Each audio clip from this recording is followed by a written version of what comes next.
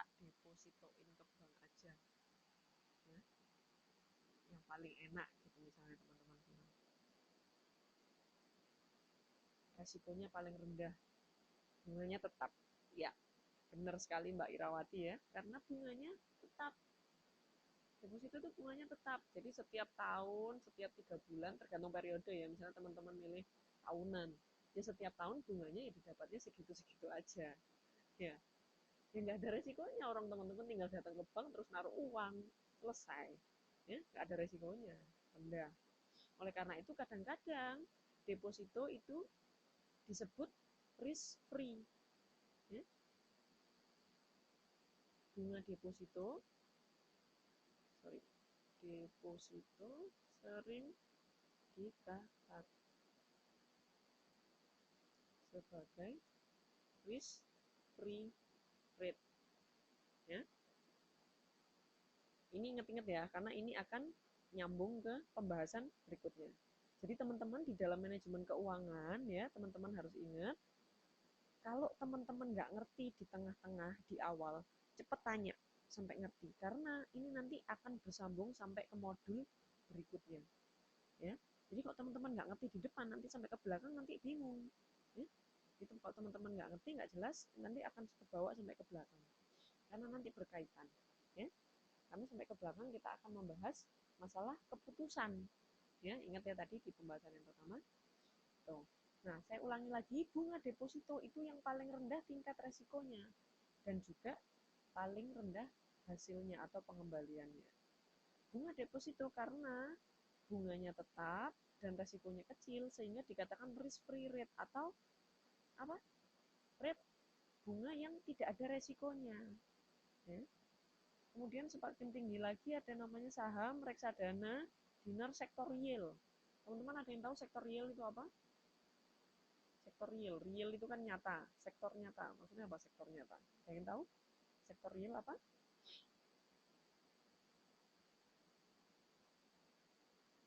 Ada yang tahu kira-kira apa ya sektor real kan? Halo, semuanya bisa dengar saya? Halo.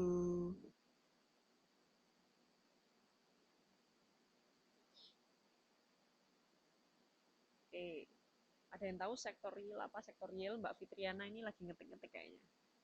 Mau jawab ini. Atau saya yang kegeeran nih. Sektor usaha kecil, ada jawaban yang lain? Sektor real apa? Ada jawaban yang lain? Sektor real? Sektor real, real itu nyata, yang kelihatan. Kenapa saham itu kan nggak kelihatan kan? Ya nggak? Ada yang pernah lihat saham kayak apa? Atau reksadana bentuknya kayak apa? Bentuknya kertas. Ya. Nah, kalau real itu kan berarti yang ada. Berarti sektor real itu apa? Investasi di sektor real. Ada yang tahu contohnya? Mungkin teman-teman sudah banyak yang investasi di sektor real, cuman nggak sadar kalau itu namanya, nama kerennya sektor real. Contohnya apa? Tanah, kemudian properti, rumah, bangunan. Ya, itu namanya sektor real, karena kelihatan, wujudnya ada. Sedangkan deposito saham reksadana itu kan wujudnya nggak ada. Oke, paham ya semuanya? Sekarang saya lanjutkan penilaian risk versus return. Nah, ini mulai agak pusing-pusing dikit. Kalau balik ke belakang tadi kan ya, saya bilang penilaian itu ada investasi yang penghasilannya tetap dan investasi yang penghasilannya tidak tetap.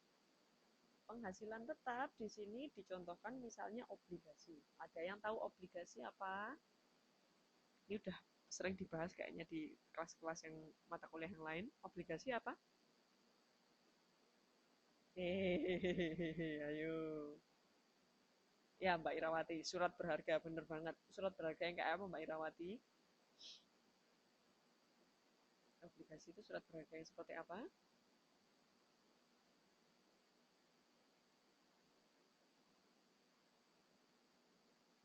Surat yang dapat dibanggakan. Jadi, obligasi itu adalah surat hutang. Ya. Jadi misalnya saya sebuah perusahaan, saya menerbitkan surat hutang. surat hutang tersebut bisa saya jual. Nah, kalau dijual kan otomatis ada orang yang beli. Orang yang memegang obligasi atau memegang surat hutang itu berhak mendapatkan bunga yang tetap setiap periodenya.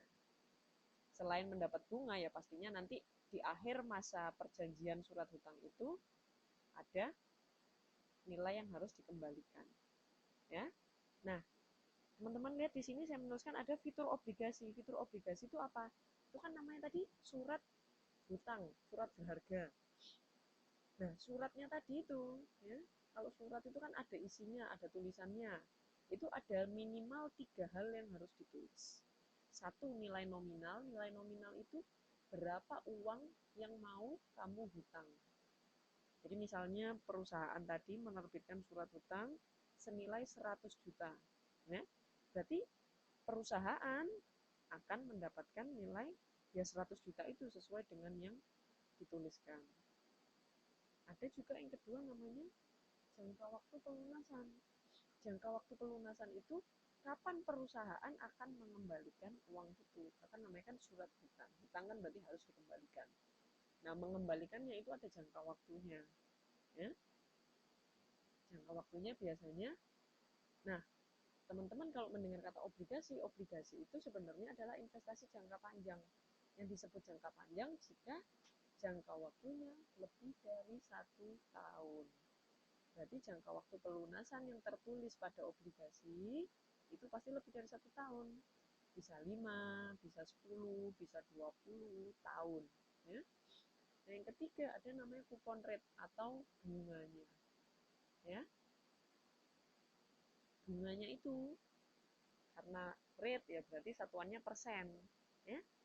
Persen misalnya bunganya 10% setiap tahun gitu ya. Nah, rumusnya BO itu apa? BO itu nilainya obligasi. BO itu nilai obligasi, ya. Jadi kan nilai nominalnya tertulis 100 juta. 100 juta itu adalah uang yang dibutuhkan perusahaan.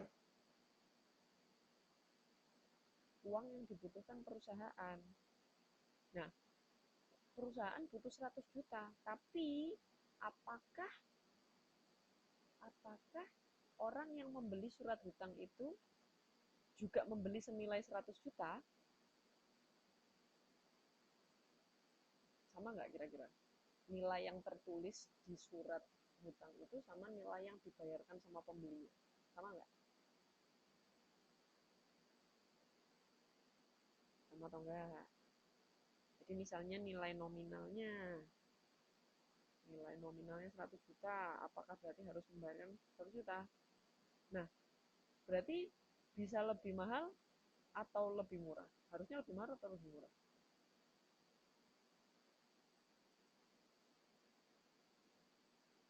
Lebih mahal.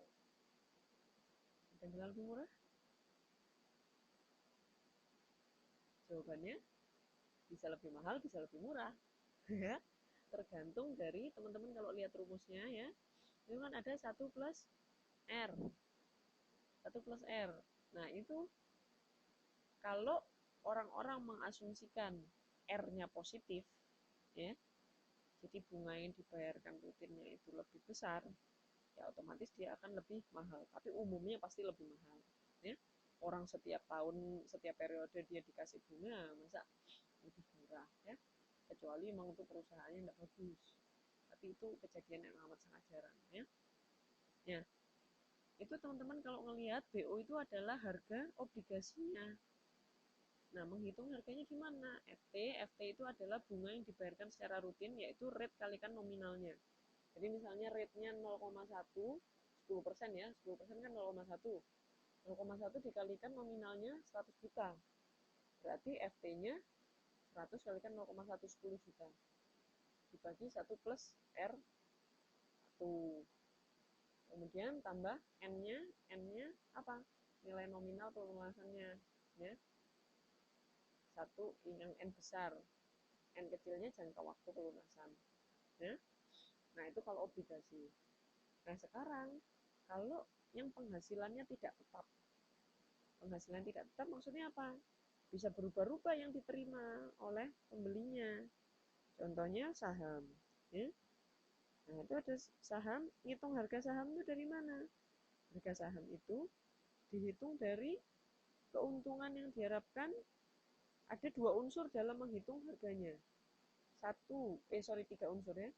D itu dividen, R itu keuntungan yang diharapkan atau return, G itu peningkatan harga atau growth. Ya. Nah, cara menghitung harga saham yang saat ini itu gimana? D1 itu harga dividen yang diharapkan. D1 itu yang diharapkan. Kalau D0 itu yang saat ini ya. D1 dibagi R minus G. Keuntungan yang diharapkan dikurangi peningkatan harga. Nah, peningkatan harganya ya, peningkatan harganya kan tahunnya ya gimana? Di tahun depannya. Makanya ada rumus bawahnya D1 sama dengan D0. Dividen saat ini kalikan 1 plus G. Peningkatannya berapa? Jadi kalau nilai saham itu meningkat ya, 1 plus G-nya kan berarti G-nya positif. Berarti kan D1-nya lebih besar. Berarti nanti harganya juga lebih tinggi. Gitu ya. Nah, sekarang yang terakhir ada namanya teori portofolio dan CAPM atau Capital Asset Pricing Model. Ya. Teori portofolio itu mengharuskan ada namanya diversifikasi. Atau ada yang tahu diversifikasi itu apa? Maksudnya diversifikasi itu apa sih? Apa diversifikasi itu?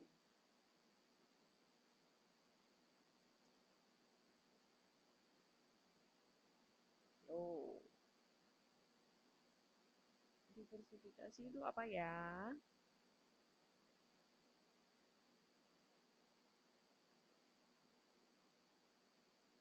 Hmm? Halo, halo. Diversifikasi, diversifikasi. Apa kira-kira maksudnya? Jadi, teman-teman kalau misalnya ada slide saya yang nggak jelas, tanya ya. Apa kira-kira diversifikasi? Portofolio itu apa sih? Diversifikasi itu apa sih?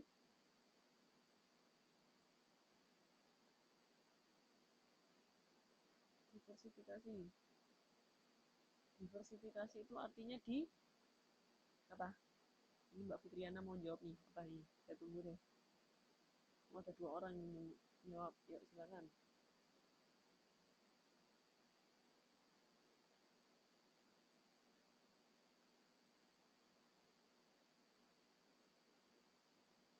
Wah, penganeka-ragaman produk. Bener. Ya? Bener ya. Jadi diversifikasi itu harus dibagi-bagi bermacam-macam. Ya, gampangnya itu dimacem-macemkan. Nah, bener banget nih Mbak ini. Jadi diversifikasi itu usaha untuk menganeka-ragamkan. Jadi jangan diseragamkan. Harus aneka ragam, jangan satu ragam. Untuk memaksimalkan keuntungan. Ya. Jadi teman-teman ya, kalau tahu itu ada gambar telur ya. Ada gambar telur, itu ada satu ungkapan dalam buku waktu saya kuliah S1 ya. Ada namanya peribahasa, don't put all your eggs into one basket.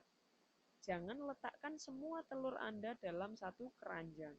Kenapa? Kalau keranjangnya jatuh, telurnya pecah semua. Maksudnya apa? Kalau Anda menginvestasikan uang atau Anda harus membeli sebuah produk keuangan, letakkan dia dalam jenis yang berbeda. Contohnya kalau di contoh saya itu ya, ada yang ditaruh di mutual fund. Mutual fund itu apa? Reksadana, ada yang ditaruh di saham, ada yang ditaruh di deposito. Jadi apa? Jadi kalau misalnya salah satu keuntungannya tidak maksimal, Anda tetap dapat pengembalian dari produk investasi yang lain.